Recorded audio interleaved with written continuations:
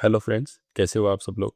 आज हम देखेंगे एसएससी सीजीएल प्रीलिम्स 2025 की जो हमारी मॉक टेस्ट सीरीज थी, इसके मॉक टेस्ट में 4 के हम सॉल्यूशंस देखने वाले हैं। Question number 1, select the most appropriate antonym of the word in the board. So many people fought to abolish slavery during the civil war. अब हमें अबोलिश का एंटोनिम पता करना है। तो अबोलिश का क्या मीनिंग होता है? To remove permanently.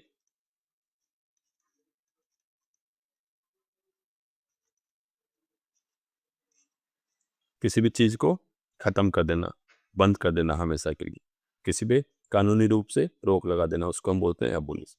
तो ऑप्शन दिए गए हैं हमें। किल तो मारना होता है। टर्मिनेट क्या करना होता है? टर्मिनेट मतलब ख़त्म करना। टर्मिनेट हम किसके लिए यूज करते हैं? जैसे कोई कॉन्ट्रैक्ट है तो कॉन्ट्रैक्ट टर्मिनेट कर दिया है, या किसी प्रोजेक्ट को टर्मिनेट कर दिया है, स्टॉप कर दिया है, रोक दिया है। स्टेब्लिश क्या होता है? किसी भी चीज़ की स्थापना करना। या फिर हम ये बोल सकते हैं कि कोई नया रूल इस्टेब्लिश किया है, या कोई नई परंपरा या कस्टम इस्टेब्लिश किया है। और डैमेज मीन्स किसी को लॉस पहुंचाना, किसी को नुकसान पहुंचाना। तो अभी हमें यहाँ क्या देखना था? अबोलिश का क्या देखना है? एंटोनिम। तो टर्मिनेट और किल तो एंटोनिम होंगे नहीं, टर्मिनेट तो इसका सिनोनिम हो जाएगा। तो ऑप्शन 1 भी अपना करेक्ट आंसर नहीं होगा, 2 भी नहीं होगा। 4 का तो खत्म करना ही नहीं है, थोड़ा बहुत नुकसान पहुंचाना है, तो इसका करेक्ट आंसर होगा ऑप्शन नंबर 3।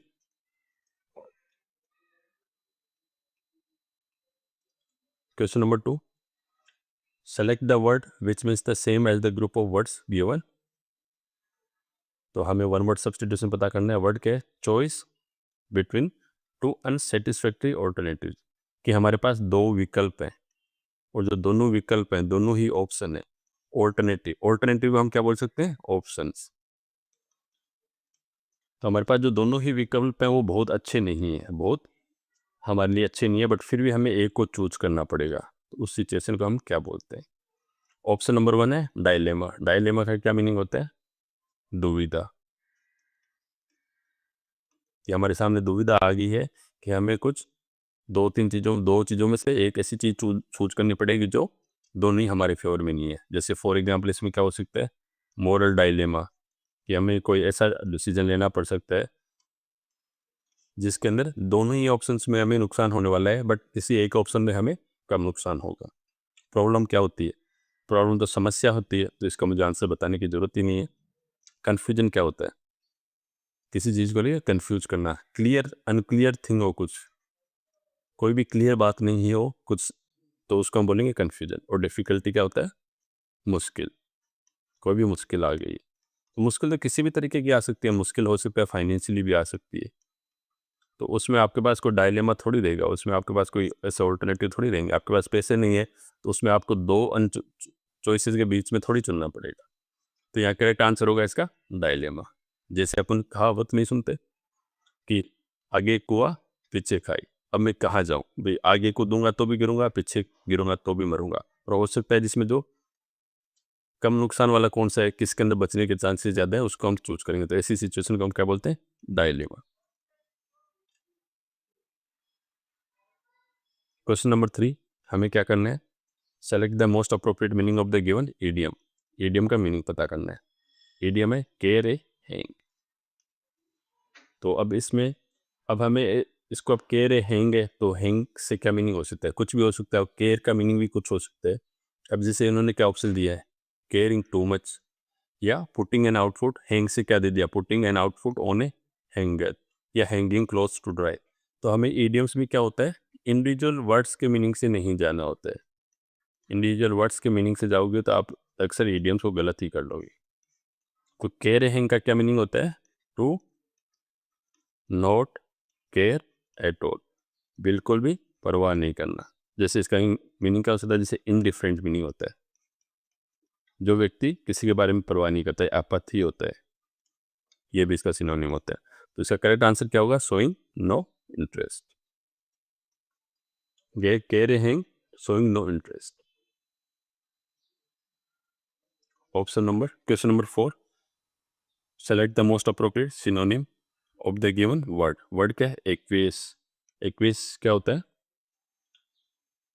इसका मीनिंग होता है कि to accept something even if you don't fully agree with.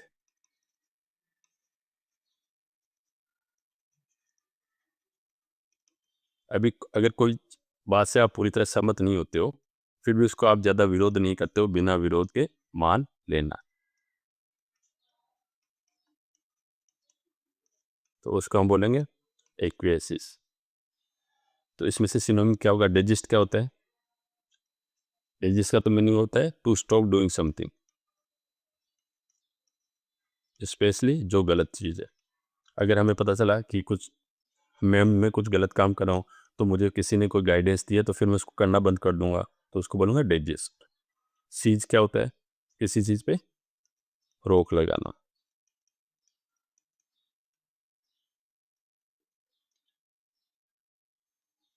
थ्वाट क्या होता है? थ्वाट क्या होता है? किसी चीज़ को रोकना, टू प्रोहिबिट समथिंग, या किसी के कोई कार्य कर रहा है, किसी का भी अटेम्प्ट है, उसको विफल कर देना। दुश्मन की चाल को इंडियन आर्मी ने थ्वाट कर दिया। तो अब अकेला ऑप्शन बचता है कनकर। कनकर का क्या मीनिंग होता है? एग्री करना। जैसे कनकरनेस देते हैं हम लोग, कई जगह क्या होता है कि कोई प्रपोजल देता है, उसके साथ में कनकर करना होता है, मीन्स एग्रीमेंट है। तो हमें एक्वेसियस का क्या मीनिंग होता है कि to accept something even if you don't fully agree with. आपके मन में कुछ डाउट है, फिर भी आपको लगता है कि आपके सुपीरियर्स आपको कुछ आदेश दे रहे, तो आप उसको मान लेते हो। तो डाइजेस्ट करना, सीज करना, थ्वाट करना, ये तो एक तरीके से इसके एंटोनिम्स हो गए, कहीं ना कहीं रिलेटिवली थोड़ी बहुत डिग्री से। तो करेक्ट आंसर होगा option number 4, conquer. Question number 5, select the most appropriate meaning of the given idiom. Again अभी मैं बता रहा हूँ कि जैसे जंप द गन है, तो हमें इडियम्स का स्पेसिफिक मीनिंग आना ही चाहिए। कहीं कहीं पे आप हेल्प ले सकते हो कि थोड़ा बहुत आइडिया लग सकता है क्या मीनिंग होता है, लेकिन वो हमेशा सही नहीं होता है। तो इसलिए ये एडवाइजेबल होता है कि वन वर्ड सब्स्टिट्यूशन और इडियम्स आप लर्न करके ही जाएं। तो जंप द गन, अब आप इसको थोड़ा बहुत आइडिया लगा सकते हो कि किसी ने आपको आके आपके सामने आपको गन पॉइंट पे खड़ा कर लिया, तो आप देखते ही गन पे जंप कर दोगे। तो इसका क्या मीनिंग होगा कि to do something too quickly without thinking about it.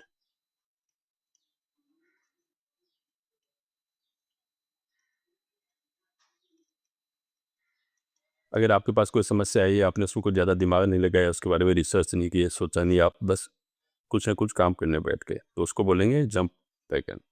तो ऑप्शन इसका क्या होगा? To do something too soon and too quickly without thinking about it much, या फिर बिना सोचे समझे कि इसका परिणाम क्या होगा, कॉन्सिक्वेंसेस क्या होगा।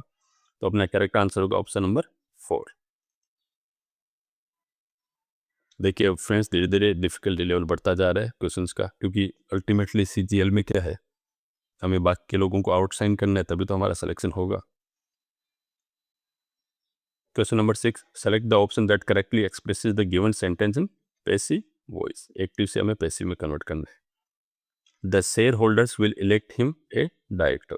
अब इसको हम कैसे बनाएंगे? The share holders will elect him, किसको इलेक्ट करेंगे? उसको ए डायरेक्टर। तो क्या आएगा? सबसे पहले क्या आ जाएगा? ही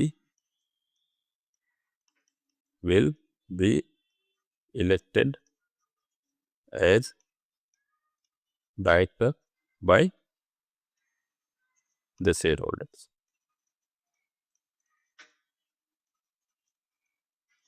तो अपना करेक्ट आंसर क्या हो जाएगा? ऑप्शन 1।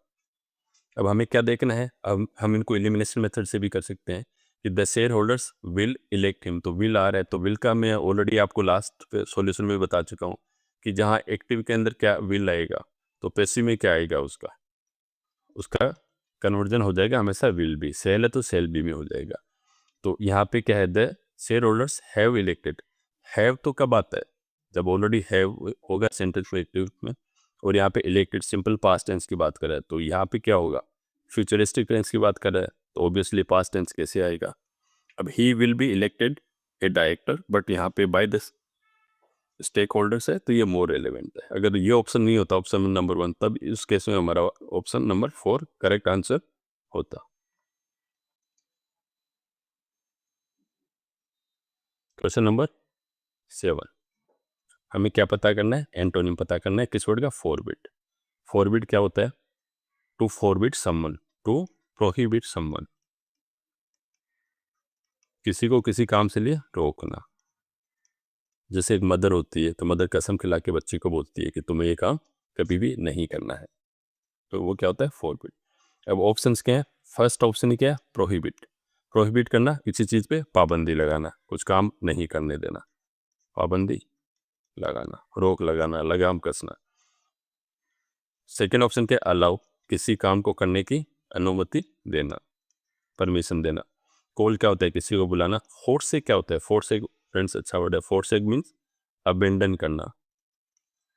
जैसे फॉर एग्जाम्पल कोई पेरेंट्स हैं वो अपने बच्चे को फोर्स से कर दिया, मतलब उसको छोड़ दिया। जैसे पुरानी मूवीज में दिखाते थे कि माँ बाप ने किसी रेलवे स्टेशन में ट्रेन में बच्चे को छोड़ के चले गए, उसको बोलते हैं फोर्स से। तो हमारा करेक्ट आंसर क्या होगा यहाँ पे? Option number 2। फॉरबिड क्या होता है? किसी को रोकना, किसी को पाबंदी लगाना। और तो एंटोनिम क्या होगा? किसी को अलाउ करना। Question number 8, select the most appropriate option that can substitute the underlined segment in the given sentence. To the general public, William was best known as a crusader for peace and as an admired critic about social, political and ethical subjects. अब इसमें से जो underline जो word दिया गया है, for peace and as an admired critic about, इसका क्या सब्स्टिट्यूट हो सकता है?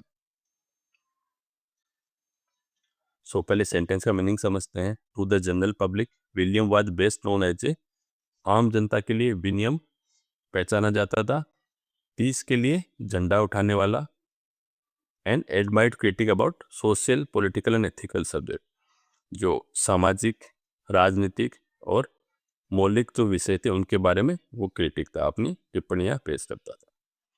तो अब हमें यहाँ क्या पता करना है? For peace and as an admired, यहाँ पे क्या आ रहा है? बस यही चेंज हो रहे हैं, critic by, critic on, critic about और क्रिटिक यहाँ पे इन पीस में चेंज हो गया। तो हमें ये भी देखना है कि जब भी वर्ड क्रिटिक आता है तो क्रिटिक या तो क्रिटिक ऑफ होगा या क्रिटिक ऑन यूज होगा।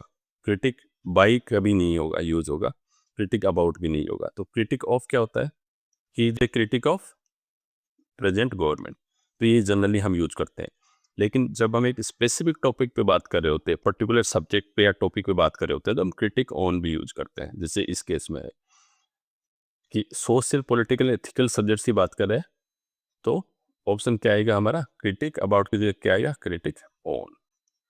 तो अपना करेक्ट आंसर होगा option number 2, for peace and as an admired critic on.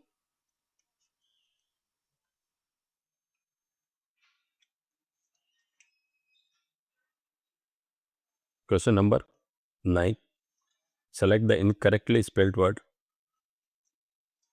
So occurrence, हमें ये देखना है कि सबसे पहले यही वर्ड गलत है, क्यों? ओकरेंस में क्या होता है? हमेशा double C and double R आता है। और जब ओकर में क्या आता है? Occur, O double C U R. Occurrence में क्या आएगा? तो हमारा ऑब्वियसली आंसर तो यही हो जाएगा।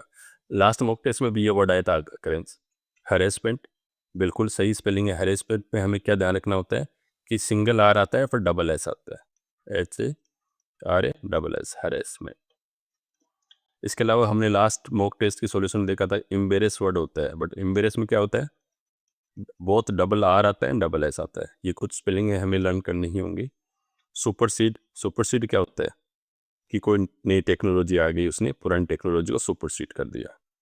तो स्पेलिंग सुपरसीड, बिल्कुल सही स्पेलिंग है इसकी, super then SEDE।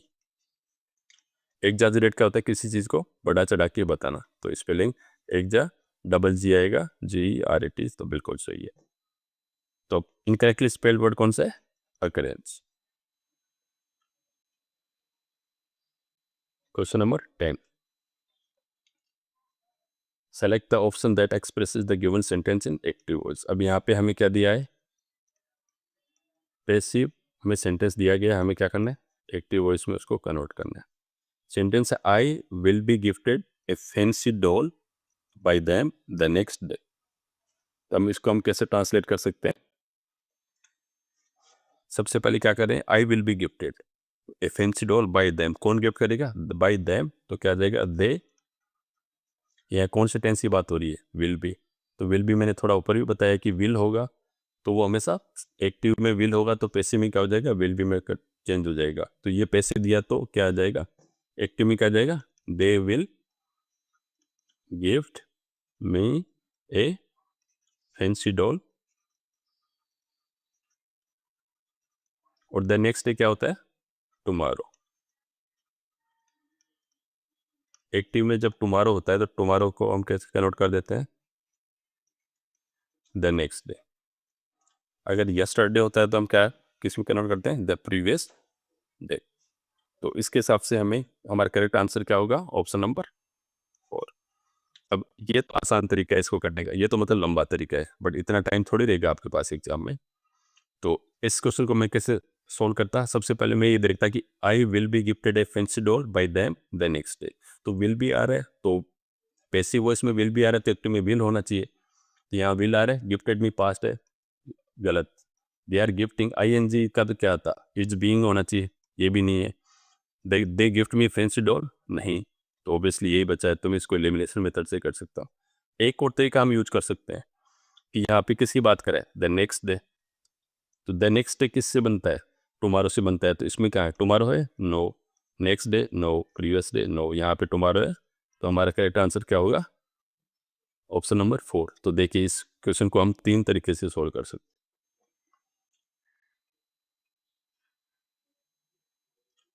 Question number 11, select the most appropriate meaning of the given idiom. अब ईडियम्स मैंने पहले भी बताया था कि आपको वर्ड से, अब जैसे ब्रेक के लेगा तो आपको ब्रेक का मीनिंग हो गया, लेग का मीनिंग हो गया, इनसे रेयरली जाना है। अगर आपको कुछ नहीं समझ में आ गया तो आप उसमें कई हिंट ले सकते हैं, बट उन पर डिपेंड नहीं रह सकते। तो ब्रेक के लेग क्या होता है, ब्रेक के लेग का मीनिंग होता है किसी को ऑल द बेस्ट बोलना बिफोर एनी परफॉर्मेंस, किसी को गुड लक बोलना कि तुम्हारी परफॉर्मेंस अच्छी हो, तो उसको बोलते हैं ब्रेक के लेग। तो हमारा ऑप्शन क्या होगा, करेक्ट आंसर क्या होगा, wish someone good luck before A performance. जैसे मैं आपको बोलूँ एग्जाम से पहले कि ब्रेक के लेग मीन्स एग्जाम में अच्छा करना। तो correct answer is option number 4। Next question 12, select the option that can be used as a one word substitute for the given group of words.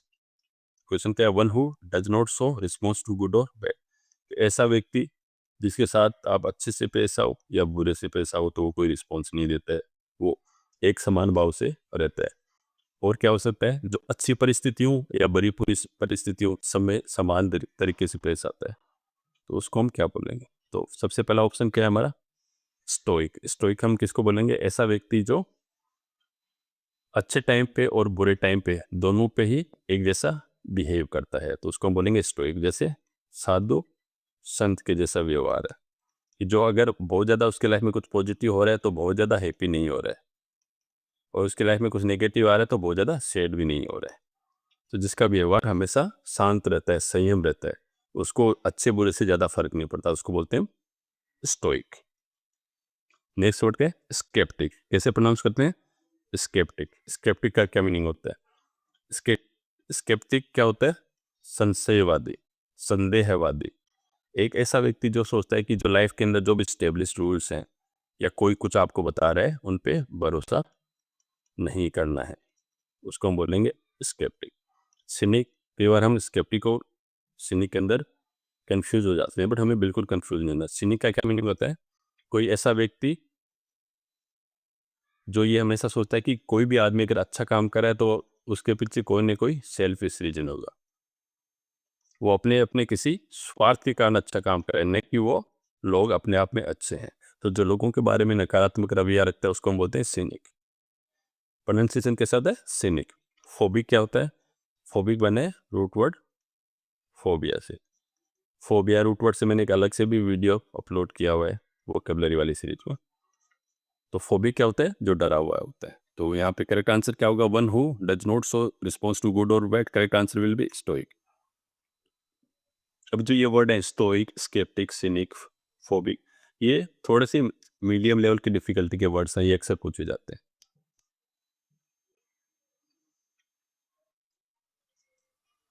Question number 13, select the most appropriate synonym of the bracketed word in the following sentences to fill in the blank. The elaborate syllabi, syllabi आप समझ गए होंगे, syllabus का plural, syllabus का plural क्या हुआ? syllabi. The elaborate syllabi had to be dash to make a presentation in the UGC assessment meeting. तो हमें क्या करना है, ये वर्ड यहाँ समराइज आना चाहिए, इसका सिनोनिम क्या होगा वो यहाँ हमें लिखना है। तो सेंटेंस का क्या मीनिंग होता है? जो इलेबोरेटेड यानी पूरा लंबा चौड़ा जो सिलेबस है उसकी हमें समरी बनानी है, क्योंकि हमें एक यूजीसी असेसमेंट मीटिंग के लिए प्रेजेंटेशन देना है। तो फर्स्ट ऑप्शन क्या? एक्सपेंडेंट। एक्सपेंडेंट क्या होता है? बढ़ाना, किसी चीज को इनहेंस करना, लंबा करना। तो ऑब्वियसली सेकेंड रिकेपिचुलेट। रिकेपिचुलेट क्या होता है? दो वर्ड्स होते हैं फ्रेंड्स, बिल्कुल भी कंफ्यूज नहीं होना है। एक होता है कैपिचुलेट। कैपिचुलेट क्या होता है? सरेंडर करना, यील्ड, किसी के सामने घुटने टेक देना। लेकिन रिकेपिचुलेट जब इसके आगे री लग जाता है, री प्लस कैपिचुलेट, तो रिकेपिचुलेट का मीनिंग क्या होता है? किसी भी चीज की समरी बना के देना, किसी का संक्षेप में, किसी को संक्षेप रूप में प्रस्तुत करना, तो वो हो जाएगा रिकेपिचुलेट। प्रोलॉन्ग पता ही हमें, किसी को लंबा करना। अगर हमें कोई स्पीच देनी है, हमारे पास कंटेंट 5 मिनट का ही है, लेकिन हम उसको प्रोलॉन्ग करके 10 मिनट का बना देंगे। लेंथन भी लंबा किया, सेम ही मीनिंग है। तो हमें समराइज्ड का सिनोनिम क्या होगा यहाँ पे? रिकेपिचुलेटेड। बाकी एक्सपेंडेड, प्रोलॉन्ग और लेंथन, ये तो इसके एंटोनिम्स हो गए। Next question number 14, select the option that can be used as a one word substitute for the given group of words. A small group of people who spend their time together and do not welcome other people into that group. कि एक छोटा सा group जिसमें अक्सर 4-5 लोग होंगे जो एक साथ उठते बैठते हैं, घूमते फिरते हैं और बाकी दूसरे लोगों को अपने ग्रुप में शामिल नहीं करते, तो उसको हम क्या बोलेंगे? सबसे पहला ऑप्शन है स्क्वाड। स्क्वाड क्या होता है? स्क्वाड तो ग्रुप ऑफ पीपल होता है जो सेम प्रोफेशन के होते हैं और उनका सेम ऑब्जेक्टिव होता है। फॉर एग्जाम्पल आर्मी है तो आर्मी में एक स्क्वाड होगा, जैसे आतंक विरोधी दस्ता है, ठीक है, एंटी टेररिस्ट सेल है, तो वो एक स्क्वाड होगा। लेकिन वो उसके अंदर ऐसा नहीं कि वो लोग एक साथ समय बिताना पसंद करते हैं या फिर दूसरे लोगों को ग्रुप में नहीं करते, वो एक प्रोफेशनली ऑर्गेनाइज्ड ग्रुप है। सेकेंड वर्ड क्या है? क्लिक। अब इसको प्रोनाउंसिएशन इसका कैसे होता है? Click, click. तो क्लिक क्या होता है? 4-5 लोगों का एक छोटा सा ग्रुप जो एक साथ टाइम बिताते हैं। क्यों बिताते हैं? कि उनके अंदर कॉमन कैरेक्टरिस्टिक्स होती हैं, कॉमन खूबियाँ होती हैं, कॉमन क्वालिटीज होती हैं। जैसे फॉर एग्जांपल, जैसे कॉलेज में हमने देखा है कि कुछ लोग होते हैं पैसे वाले होते हैं और पढ़ते वगैरह नहीं है, स्टडी से कोई लेना देना नहीं होता, तो वो लोग 4-5 अपना ही ग्रुप बना के टाइम घूमते रहते हैं, तो उसको हम बोलेंगे क्लिक। एम्प्लॉइज तो क्या होता है? किसी एक ऑर्गेनाइजेशन में काम करने वाले लोग, वो तो ग्रुप ग्रुप बोल ही नहीं सकते उसको। लॉबी क्या होती है? लॉबी ये होती है कि एक पर्टिकुलर, जैसे फॉर एग्जांपल बिजनेसमैन लोग हैं, उनके अंदर से कोई एक्सपोर्टर लोग हैं, तो वो लोग एक अपना ग्रुप बना के गवर्नमेंट को इन्फ्लुएंस करते हैं कि हमारे फेवर में पॉलिसीज लेके आए, तो उसको हम बोलेंगे लॉबी। इनका काम सिर्फ क्या होता है? अपने पर्सनल बिजनेस या इंटरेस्ट को बढ़ावा देने के लिए होता है। बाकी इनको इस चीज़ से कोई लेना देना नहीं होता कि हम दूसरे लोगों को हमारे ग्रुप में वेलकम करेंगे या नहीं करेंगे। तो हमारा करेक्ट आंसर क्या होगा? Option 2, click.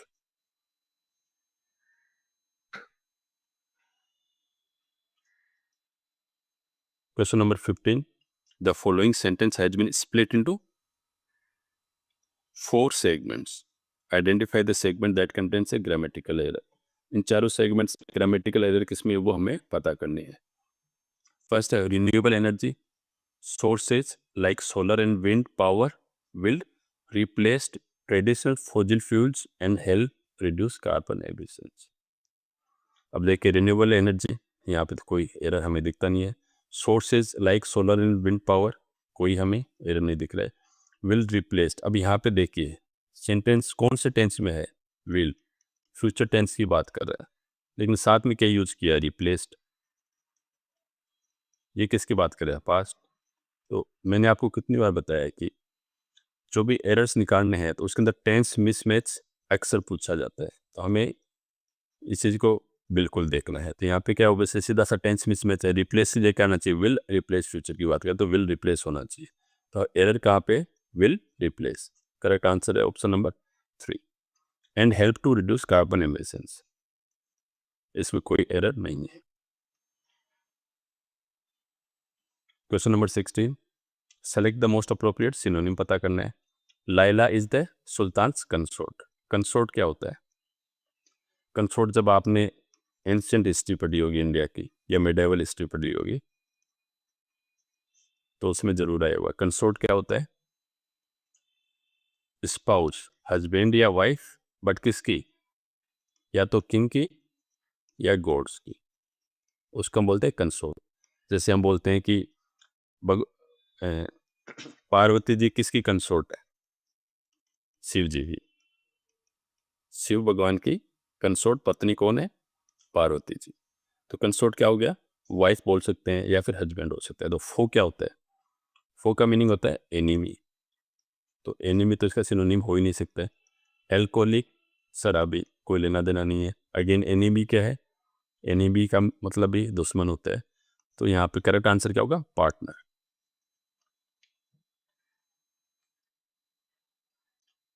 Question number 17, select the option that will improve the underlined part of the given sentence. If I was the queen, I would give a handsome sum towards education. अगर मैं रानी होती तो मैं education, शिक्षा की तरफ अच्छा खासा पैसा डोनेट देती, उसके लिए बजट पास करती, सैंक्शन करती। तो ओवरऑल सेंटेंस हमें पता चल जाता है कि ये फ्यूचर टेंस की बात कर रहा है, और फ्यूचर के अंदर ही फ्यूचर ऑप्टिमिस्टिक टेंस की बात कर रहा है कि अगर मैं ये होती तो मैं ये कर देती, मैं ये होता तो मैं ये कर देता। तो इसके अंदर एक इंग्लिश रूल के अंदर एक जनरल रूल है कि अब जब फ्यूचरिस्टिक टेंस की बात करें और उसमें भी ऑप्टिमिस्टिक सेंटेंस है तो उसमें आई, यू, सी या फिर इट आता है, तो उनके साथ में हमेशा ही वर आता है, वाज नहीं आता है इन सब के साथ। If I was the queen या इफ ही वर क्वीन और इफ सी वर क्वीन या इफ ही वर किंग, तो ये फ्यूचरिस्टिक टेंस है तो हमेशा क्या आएगा, वर आएगा। तो अपना करेक्ट आंसर होगा ऑप्शन नंबर 2। इसके अंदर हम लिख सकते हैं, इफ हमने स्कूल में कई बार स्पीच भी दी होगी कि if I were the prime minister of India I would have done this and this, I would do this. Question number 18, parts of a sentence are given below in a jumbled order. Arrange the parts in the correct order to form a meaningful sentence. अब देखिए sentence बहुत छोटे छोटे हैं, लेकिन यहाँ पे उन्होंने क्या किया है कि 4 ऑप्शन की जगह उन्होंने 1 2 3 4 5 6 ऑप्शंस दे दिए। तो अब इस केस में क्या करेंगे, हम ऑप्शन से जाएंगे, हम ये ट्राई नहीं करेंगे कि इनसे क्वेश्चन को बनाए, कि वो थोड़ा कॉम्प्लिकेटेड हो जाएगा। तो सबसे पहले देखते हैं option 1 B, the self in need to buy. ये तो सेंटेंस में कोई कंटिन्यूटी नहीं है यहाँ पे, the self in need to by. तो ऑप्शन 1 को तो हम ये से एलिमिनेट कर सकते हैं।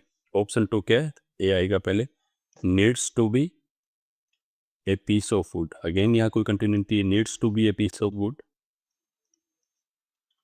नेक्स्ट क्या है, D, the kitchen need to buy. अब किचन थोड़ी बाई करेगी किसी को, the kitchen need to buy. हम ये बोल सकते हैं I need to buy something, that person need to buy something. Kitchen थोड़ी बाई, किचन को जरूरत थोड़ी है। ऑप्शन 4 क्या है, B, the self in the kitchen needs to be replaced. So the shelf in the kitchen needs to be replaced. So I will need to buy a piece of wood. Shelf in the kitchen needs to be replaced. So I will have to buy a piece of vote. So correct answer will be option 4. Question number 19.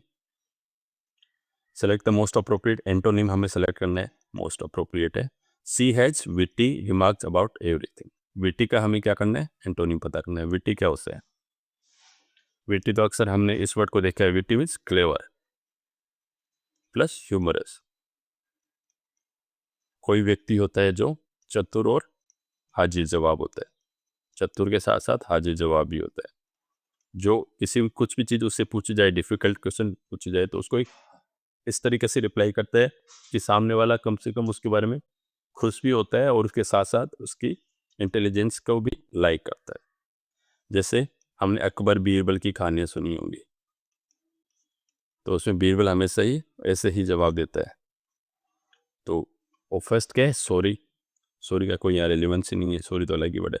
Whimsical क्या होता है? Whimsical होता है सन की, ऐसा बंदा जिसका behaviour unpredictable होता है, जो कुछ भी बोल सकता है, उसको हम क्या बोल सकते हैं? सन की. अनअम्यूजिंग क्या होता है? अम्यूजिंग क्या होता है? इंटरेस्टिंग. अनअम्यूजिंग क्या हो गया? बोरिंग.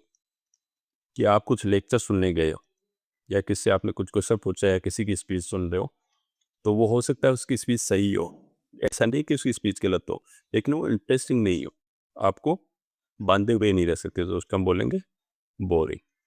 और नेक्स्ट ऑप्शन क्या है? वोफुल. वोफुल का क्या मीनिंग होता है? फुल ऑफ मिजरी और सोरोस. किसी की दुखद कहानी. तो अब यहाँ पे विटी का एंटोनिम क्या होगा? अनअम्यूजिंग. विम्जिकल तो सन की होता है. वोफुल क्या होता है? किसी की दुखद कहानी. तो वो भी ऑप्शन नहीं होगा. तो correct answer will be option number 3, अनअम्यूजिंग.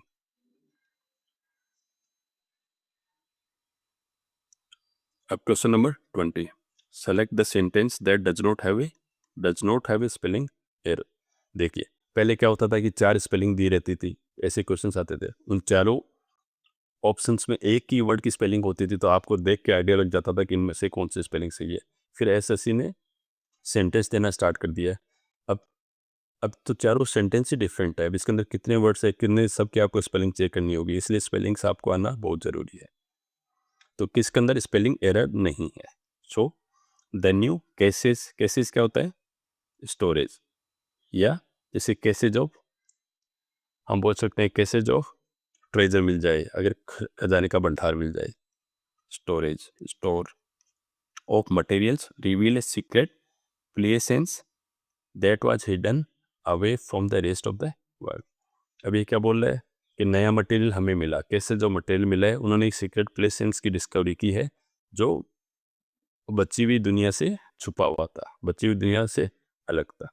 लेकिन अब इसमें प्रॉब्लम क्या है कि इस वर्ड की प्लेसेंस की स्पेलिंग गलत है. इसकी एग्जैक्ट स्पेलिंग क्या होगी? PLEASENC. प्लेसेंस. प्लेसेंस क्या होता है? पुराने टाइम पे राजा महाराजा क्या करते थे, जैसे गार्डन होता है या कोई एरिया होगा, उसके एकदम कोने के अंदर एक शांत सा एक अलग से ही एरिया बनवाते थे, जो बाकी लोगों से कट ऑफ होता था. वहाँ पे बहुत लोग आते जाते नहीं थे, तो उसको प्लेसेंस बोलते थे. तो इस सेंटेंस का मीनिंग क्या है कि कैसे जो मटेरियल मिला है जिससे हमें एक नई सीक्रेट जगह की पता चल रही है जो बाकी लोगों से छुपा हुआ था. तो इसमें तो एरर है, तो ये अपना ऑप्शन हो ही नहीं सकता. Statistical patterns and historical data cannot predict the futuristic problems that await a civilization like ours.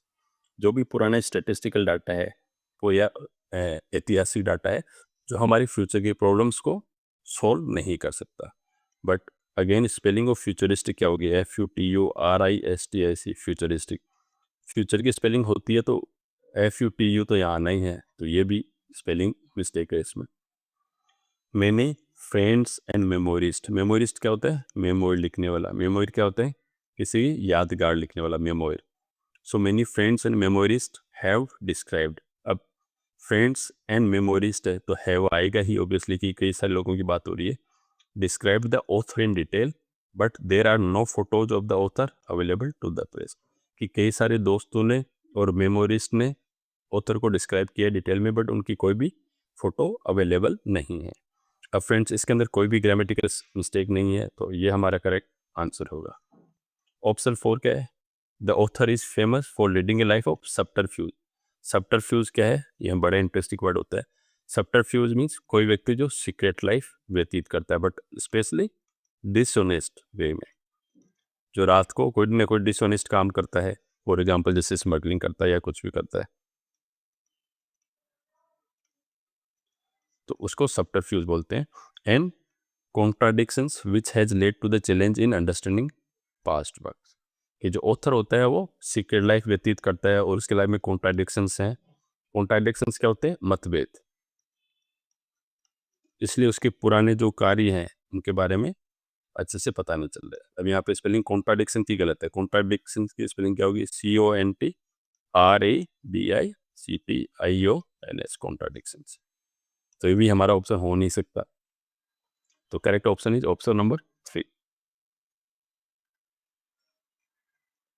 अब क्वेश्चन नंबर हम 21 में आगे हैं, कॉम्प्रिहेंशन में आगे हैं। So Gandhi dash father of the Indian nation practiced ahimsa in his personal and political life. He firmly believed that non-violence is not meant merely for monks, saints and priests. Gandhi को भारत पूरे देश का ही राष्ट्र फादर बोला जाता है। उसने अहिंसा प्रैक्टिस की, किसमें? राजनीतिक लाइफ में भी और निजी जीवन में भी। उसका मानना था कि जो अहिंसा है वो सिर्फ साधुओं, संतों और पुजारियों के लिए बनी नहीं है, it is for commoners too. Commoner means आम आदमी के लिए भी। So if violence is the law of, अगर हिंसा लॉ कहाँ देश का है, वेस्ट का है, तो non violence is the law of the civilized human species. तो वायलेंस का रूल किसके लिए होगा, वो वर्ड हमें यहाँ लिखना है। और नॉन वायलेंस किसके लिए है? वो हम जैसे सभ्य लोगों के लिए है। The spirit of the brute, brute क्या होता है? Uncivilised person. तो ब्रूट की जो स्पिरिट होती है वो इनएक्टिव होती है। सो ही नोज नो लॉ। उसकी जो स्पिरिट होती है, उसकी जो सोल होता है वो इनएक्टिव होता है, इसलिए वो कोई नियम कानून को नहीं समझता है। ही ओनली नोज फिजिकल माइट। वो सिर्फ अपने शारीरिक ताकत पे भरोसा करता है, वो उसी को पहचानता है। The dignity of man requires obedience to a higher law. But मनुष्य की जो मर्यादा होती है उसको वो कभी मेंटेन रह सकती है, उसके लिए जरूरत है कि ऊंचा नियम हो, हायर कैटेगरी का लॉ हो जिसको वो फॉलो करे।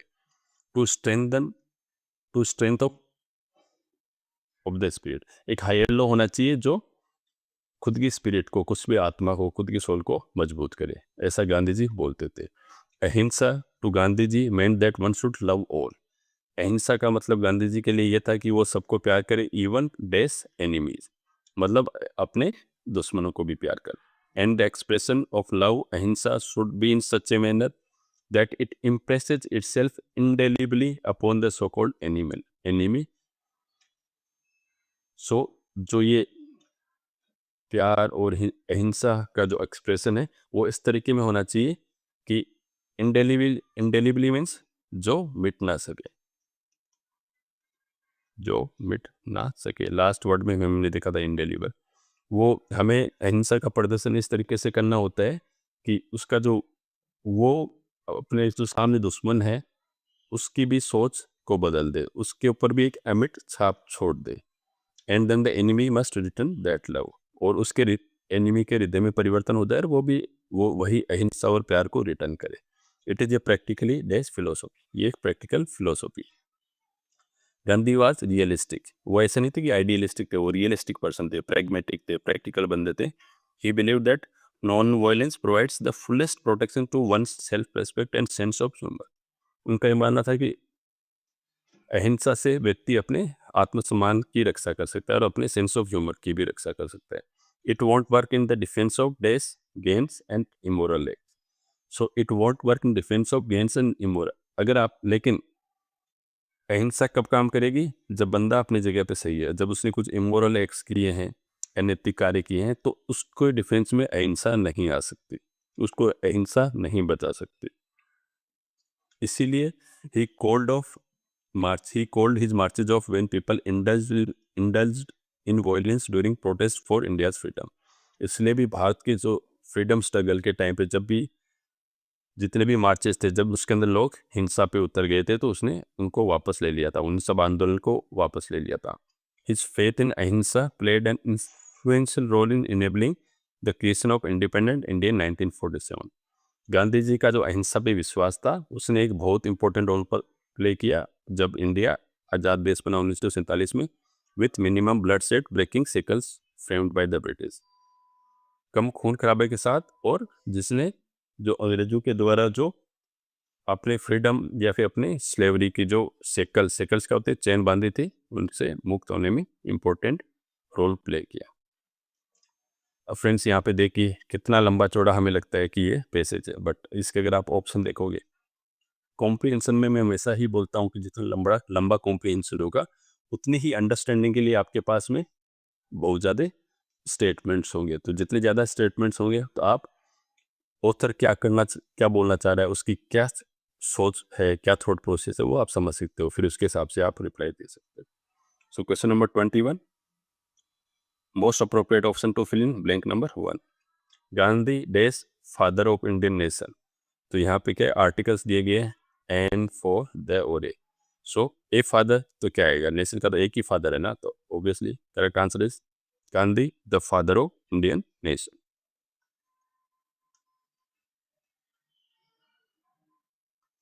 क्वेश्चन नंबर 22, ब्लैंक नंबर 2 में क्या आएगा, okay, Gandhi if violence is the law of the dash beast, beast क्या होते हैं, जानवर, non violence is the law of the civilized human species. तो ये क्या बोल रहे हैं कि नॉन वायलेंस अगर सिविलाइज लोगों का नियम है तो वायलेंस किसका, law of the beast, beast जानवर, जानवर खा रहते हैं। तो ऑप्शंस में क्या लग सकते हैं, violence is the law of the life beast, life तो सेंस नहीं बनता है, law of the forest living beast हो सकता है कि जो जंगल में जो पशु रहते हैं उनका नेचर हो सकता है वायलेंस, फॉरेस्ट लिव्ड तो पास्ट टेंस हो गया, तो उस तरीके से सेंटेंस में ही सेट नहीं होगा। अलाई जिंदा तो नहीं है, बीस्ट तो अलाइव ही होते हैं, तो correct answer will be option number 1। Question number 23, blank number 3 में क्या आएगा, okay, ahimsa to Gandhi ji meant that one should love all even dash enemies। Okay, अब ऑप्शंस क्या क्या दिए हैं, her enemy, its enemy, one's enemies और वन एनिमी, लेकिन हमें सेंटेंस को पूरे इंटायरिटी में देखना है। अहिंसा to Gandhi ji meant that one should love all even, अब वन के रिस्पेक्ट में तो क्या होगा, ये अक्सर पूछा जाता है, one should love one's enemies, अगर यहाँ पे ही जाता means that he should love all even his, अगर वन है तो वंस आएगा, अगर हिज है, अगर ही होता तो ही जाता, सी होता तो आ जाता, तो ऑब्वियसली यहाँ पे करेक्ट आंसर क्या होगा, one's, even one's enemies. Question number 24, blank number 4 में क्या आने वाला है, it's a practically dash philosophy, practically prove philosophy, okay, prove तो लेकिन रिलेवेंट वर्ड नहीं है, प्रूव तो क्या, या तो अप्रूव्ड, अप्रूव्ड तो ऐसे लगता है कि कोई बजट प्रपोजल या कुछ प्रपोजल है, प्रूविंग आईएनजी फॉर्म तो बिल्कुल नहीं आएगा, correct answer will be proven, it is a practical proven philosophy. Gandhi ji की जो अहिंसा की फिलोसॉफी थी जो ऑलरेडी प्रूवन थी प्रैक्टिकल तरीके से।